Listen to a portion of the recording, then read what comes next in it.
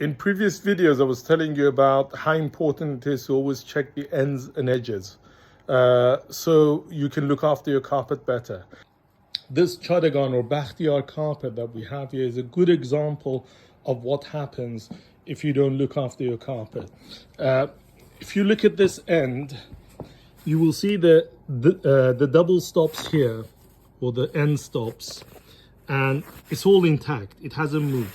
You come along here a bit further up and you see where the end stops have become undone, and you can see the knots are beginning to fray away.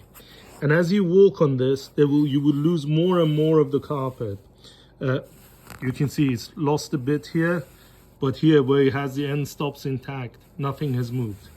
That's how important it is, because putting this back in is quite costly. You can see here the edge where, okay, it's not totally intact, but it hasn't come apart like it has over here.